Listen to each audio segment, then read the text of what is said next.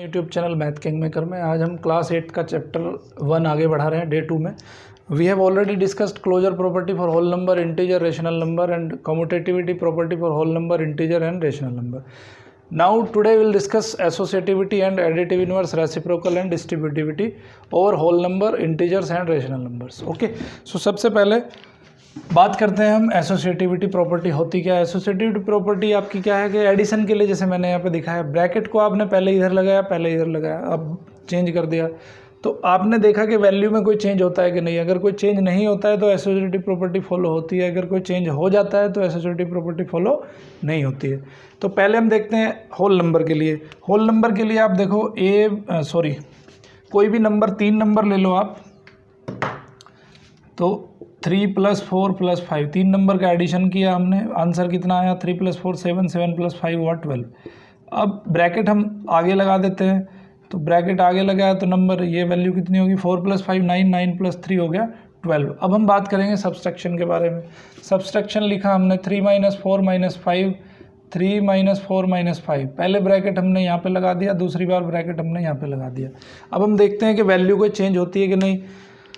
तो यहाँ पे देखो 3 - 4 कितना हुआ -1, -1 और -5 हो जाएगा -6। अगर किसी बच्चे को इसमें डाउट है कि कैसे ये -6 हुआ है, सो मैंने 7th क्लास के लेक्चर में ये बहुत अच्छे तरह से कवर किया है कि कैसे ये नंबर को ऐड करते हैं, कैसे हम इसको सब्सट्रैक्ट करते हैं, इंटीजर्स का एडिशन सब्सट्रैक्शन कैसे करते हैं, बहुत ईजी वे में मैंने डिस्क्राइब किया हुआ है। तो अगर किसी को समझ नहीं आ रहा है तो 7th क्लास के लेक्चर को जाके देख सकता है, चैप्टर 1 का लेक्चर है, उसमें आपको समझ आ जाएगा कैसे ये इंटीजर मैंने माइनस किया है। ओके, 4 - 5 इज़ -1, -1 +1 हो जाएगा, 3 + 1 हो जाएगा 4।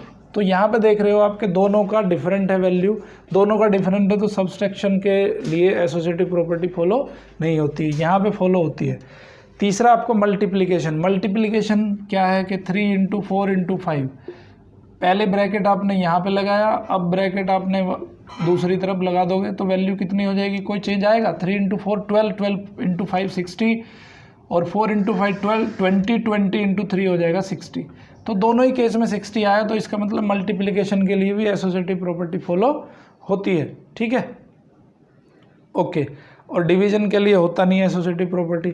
उसके बाद इंटीजर्स की बात करते हैं। इंटीजर में एडिशन प्रॉपर्टी देखेंगे हम। देखो ये भी इंटीजर है, सब इंटीजर है, तो इंटीजर के लिए एसोसिएटिव प्रॉपर्टी फॉलो होगी। सब्सट्रैक्शन ये इंटीजर भी है, तो इंटीजर के लिए सब्सट्रैक्शन नहीं होगा। मल्टीप्लिकेशन ये मैंने इंटीजर ही लिए हैं, तो इंटीजर के लिए ये होगा। अब रेशनल नंबर के बारे में देखते हैं। रेशनल नंबर का एडिशन देखो 3/4 ले लिया, एक 2/4 ले लिया, एक मैंने 1/4 ले लिया। ठीक है, अब एक बार ब्रैकेट मैंने यहाँ लगाया और एक बार ब्रैकेट मैं दूसरी जगह लगा देता हूँ, एक बार ब्रैकेट मैंने यहाँ लगाया, तो क्या इनके आंसर में कोई चेंज आएगा। 3/4 + 2/4, 5/4 + 1/4, 6/4 आ गया। इसमें क्या आएगा 2/4 + 1/4, 3/4, 3/4 + 3/4, 6/4 आया। फ्रैक्शन अगर किसी को जोड़ने नहीं आते, किसी को ऐड करना नहीं आता है, तो क्लास 7th के लेक्चर देखो, उसमें फ्रैक्शन का एडिशन मैंने सिखाया है, कैसे फ्रैक्शन ऐड होते हैं। ठीक है, तो यहाँ पे क्या है कि इंटीजर्स रेशनल नंबर के लिए भी ये प्रॉपर्टी फॉलो होगी। अब सब्सट्रैक्शन की बात करते हैं, तो सब्सट्रैक्शन और मल्टीप्लिकेशन आप इसको खुद करके देखोगे और मुझे बताओगे कि क्या ये सब्सट्रैक्शन के लिए और मल्टीप्लिकेशन के लिए प्रॉपर्टी फॉलो होती है कि नहीं होती है। ठीक है, अभी मैं थोड़ा सा बात करूँगा रोल ऑफ 0 एंड 1। 0 और 1 का रोल क्या है, ठीक है, तो 0 और 1 का रोल हम डिस्कस कर लेते हैं। ऑलरेडी मैंने 7th क्लास में ये कवर किया है कि 0 और 1 का रोल क्या है। 0 क्या होता है भाई, 0 किसी नंबर में अगर आप ऐड कर दो तो क्या होता है, वही नंबर रहता है, कोई फ़र्क नहीं पड़ता उस पर। तो 0 को हम क्या कहते हैं, हम कहते हैं एडिटिव आइडेंटिटी। ठीक है, 0 को कहते हैं एडिटिव आइडेंटिटी। ये क्लास 7th के लेक्चर में बहुत अच्छे से मैंने समझाया है। 0 को कहते हैं एडिटिव आइडेंटिटी, यानी कि 0 को किसी नंबर में ऐड करोगे तो उस नंबर पे कोई फ़र्क नहीं पड़ेगा। जैसे 3 में अगर 0 ऐड करो तो आंसर कितना आएगा, 3 आएगा। ठीक है, अब 0 को अगर मल्टीप्लाई कर देते हैं किसी नंबर में तो आंसर कितना हो जाता है, 0। 0 अगर किसी में मल्टीप्लाई हो जाता है तो उसको 0 बना देता है। ठीक है, तो और ये तो कंसेप्ट हुआ 0 का। 0 को अगर डिवाइड करते हैं किसी नंबर से, ए को अगर 0 से डिवाइड करते हैं तो 0 किसी नंबर को डिवाइड नहीं कर सकता है, ये अनडिफाइंड हो जाएगा। ठीक है, तो ये कैसा हो जाएगा, अनडिफाइंड हो जाएगा। तो जीरो का एडिशन पढ़ लिया, जीरो का मल्टीप्लिकेशन पढ़ लिया। सब्सट्रैक्शन में क्या होता है, जीरो को अगर किसी नंबर से माइनस करोगे तो आंसर पे कोई फर्क नहीं पड़ेगा। ठीक है, यानी कि एडिटिव आइडेंटिटी जीरो है और जो है सब्सट्रैक्शन की आइडेंटिटी भी है जीरो, सब्सट्रैक्टिव आइडेंटिटी भी क्या है, ज़ीरो है। ठीक है, तो जीरो का रोल ये है नंबर सिस्टम में। उसके बाद रोल पढ़ते हैं वन का। वन का भी आप लोगों को पता ही होगा, 7th क्लास में मैंने पढ़ा है बहुत अच्छे से। वन का मतलब क्या है, वन को अगर किसी नंबर से आप मल्टीप्लाई करोगे तो कितना आंसर आएगा, वही नंबर आ जाएगा। अगर वन को किसी नंबर से डिवाइड करोगे तो वही आंसर आ जाएगा। ठीक है, इसका मतलब क्या है कि वन जो है वो मल्टीप्लिकेटिव आइडेंटिटी है। वन क्या है, मल्टीप्लिकेटिव आइडेंटिटी। मतलब आइडेंटिटी का मतलब होता है कि उसका किसी के साथ ऑपरेशन करोगे तो उस नंबर को वो इफ़ेक्ट नहीं करेगा। अब यहाँ पे ये क्या है, वन से आपने डिवाइड किया तो भी इस पर कोई फ़र्क नहीं पड़ा, तो ये किसकी है, डिवीज़न की आइडेंटिटी हो जाएगी। वन किसकी आइडेंटिटी हो जाएगी, डिवीज़न की आइडेंटिटी हो जाएगी। तो ये रोल है वन का। ओके, उसके बाद पढ़ेंगे अब हम एडिटिव इन्वर्स। एडिटिव इन्वर्स क्या होते हैं, ये 7th क्लास के में ऑलरेडी पढ़ चुके हो आप। एडिटिव इन्वर्स, एडिटिव इन्वर्स क्या होते हैं कि किसी नंबर में कितना ऐड करने पे जीरो आ जाएगा। ठीक है, तो ऑब्वियस सी बात है, जैसे आपने 3 है, 3 के साथ कितना ऐड करें कि जीरो आ जाए, तो 3 के साथ -3 ऐड कर दो आप, तो आंसर कितना आएगा, जीरो आएगा, है ना।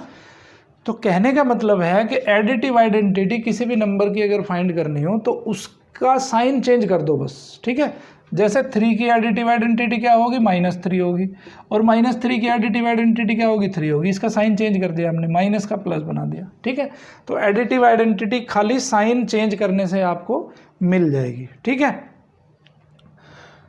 सॉरी, एडिटिव आइडेंटिटी नहीं है, एडिटिव इन्वर्स है ये। ठीक है, इसको क्या बोलते हैं, additive inverse. Additive inverse identity तो ये है ज़ीरो। तो एडिटिव इन्वर्स किसी भी नंबर का अगर आपको फाइंड करना हो तो उस नंबर के सामने उसका साइन चेंज कर दो। तो 3 का एडिटिव इन्वर्स हो जाएगा -3 और -3 का एडिटिव इन्वर्स हो जाएगा +3। ओके, 7 का एडिटिव इन्वर्स हो जाएगा -7 और -7 का एडिटिव इन्वर्स हो जाएगा 7। ठीक है, 3/2 का एडिटिव इन्वर्स हो जाएगा -3/2 और -2/3 का एडिटिव इन्वर्स हो जाएगा 2/3। तो किसी भी नंबर का आपको एडिटिव इन्वर्स निकालना हो तो सिर्फ उसका साइन आप चेंज कर दो, आपको एडिटिव इन्वर्स मिल जाएगा। ठीक है, अब बात करते हैं हम रेसिप्रोकल के बारे में। रेसिप्रोकल का मतलब क्या होता है कि किसी ऐसे नंबर का किसका मल्टीप्लाई करें कि आंसर 1 हो जाए। ठीक है, रेसिप्रोकल या इसको मल्टीप्लिकेटिव इन्वर्स भी कहते हैं। ठीक है, जैसे एडिटिव इन्वर्स होता है ऐसे ही मल्टीप्लिकेटिव इन्वर्स होता है। ये मल्टीप्लिकेशन के लिए इन्वर्स है, यानी कि वहाँ पे क्या करते थे कि किस नंबर का ऐड करें कि एडिटिव आइडेंटिटी मिल जाए। तो यहाँ होगा किस नंबर का मल्टीप्लाई करें कि आपको मल्टीप्लिकेटिव आइडेंटिटी मिल जाए। जैसे 3 है, 3 में कितने का मल्टीप्लाई करें कि 1 आ जाए आंसर। तो 3 में कितने का मल्टीप्लाई करना पड़ेगा, 1/3 का मल्टीप्लाई करना पड़ेगा। 3 से 3 कैंसिल हो गए 1, तो ये आंसर आ जाएगा 1। यानी कि किसी भी नंबर का अगर आपको रेसिप्रोकल फाइंड करना है तो जस्ट उसका अपोजिट, उसका उल्टा कर दो। ठीक है, डिनोमिनेटर को न्यूमरेटर बना दो, न्यूमरेटर को आप डिनोमिनेटर बना दोगे। जैसे 1/3 का आपको मल्टीप्लिकेटिव इन्वर्स फाइंड करना है तो कैसे फाइंड करेंगे, इसको उल्टा कर दो तो 3/1 हो जाएगा, यानी कि 3 हो जाएगा। ठीक है, तो 1/3 को अगर 3 में मल्टीप्लाई करते हैं तो आंसर कितना आता है, 1 आता है। तो इसको बोलते हैं मल्टीप्लिकेटिव इन्वर्स या रेसिप्रोकल। ठीक है, तो किसी भी नंबर का अगर हमें रेसिप्रोकल लिखना है, मान लो a का रेसिप्रोकल लिखना है तो a का रेसिप्रोकल हो जाएगा 1/a और 1/a का रेसिप्रोकल हो जाएगा a। ओके, उसके बाद पढ़ेंगे हम डिस्ट्रीब्यूटिविटी। डिस्ट्रीब्यूटिविटी भी आप क्लास 7th में पढ़ चुके हो। तो डिस्ट्रीब्यूटिविटी क्या है, डिस्ट्रीब्यूटिविटी का मतलब होता है डिस्ट्रीब्यूटिविटी, जैसे ये एक नंबर है a को मल्टीप्लाई करा हमने और लिखा हमने b + c, तो मैं इसको क्या लिख सकता हूँ, a × b + a × c। तो इसको कहते हैं distributivity of multiplication over addition. ठीक है, distributivity of multiplication over addition. Okay, तो आपको ध्यान रखना है कि distributive of multiplication over addition ऐसे होती है, A into B plus C को हम लिख सकते हैं A into B plus A into C. Okay, उसके बाद आपकी आ जाती है एक्सरसाइज। एक्सरसाइज नंबर 1, आप अपनी बुक खोलोगे तो बुक में आपको दिया गया है, देखो जितने भी आपकी बुक में एग्जाम्पल दिए हैं ये सारे एग्जाम्पल आपको करने हैं, ठीक है। ओके,